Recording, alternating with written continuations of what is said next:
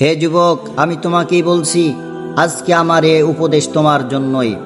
প্রাপ্তবয়স্কদের half pant পরা আধুনিকতা নয়, এটা অসভ্যতা, এটা নির্লজ্জতা, এটা বেহায়াপনা, এটা রুচির দুর্ভিক্ষ এবং ফরজের খেলাপ।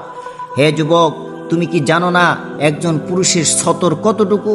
একটা পুরুষের সতর হচ্ছে নাভি থেকে নিয়ে হাঁটু পর্যন্ত, আর সতর ঢেকে রাখা হচ্ছে ফরজ। একজন মুসলিম হয়ে জন্ম নিয়ে তুমি হাফ প্যান্ট পরাকে কি করে আধুনিকতা মনে করো? সি যুবক, তোমার তো লজ্জা হওয়া উচিত।